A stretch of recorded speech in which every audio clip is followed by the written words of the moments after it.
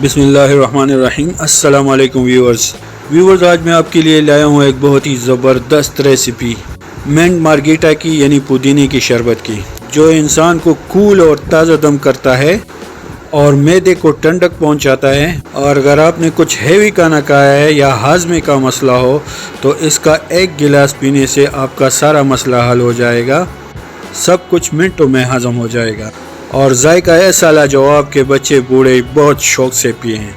तो एक बार ट्राई ज़रूर करें और वीडियो अच्छी लगे तो लाइक और शेयर ज़रूर करें। इंग्रेडिएंट्स में हमें चाहिए एक गड्डी पुदीना, मिंट, नींबू, पानी 1 कप, एक स्प्राइट, चीनी हस्बे जायका और आइस क्यूब। मसालों में सौंफ ½ टी स्पून, ज़ीरा ½ टी स्पून, काली नमक ½ टी स्पून और नमक हस्बे जायका। सबसे पहले जूसर में 1 कप पानी डाल देंगे, फिर पुदीना साफ़ करके धो के इसमें डाल देंगे, फिर सौंफ ½ टी स्पून, ज़ीरा ½ टी स्पून, काली नमक ½ टी स्पून और नमक ½ टी स्पून या हस्बे जायका और चीनी डालकर इसको अच्छी तरह ग्राइंड कर लेंगे। तकरीबन 1 से 1.5 मिनट तक इसको ग्राइंड कर लेंगे।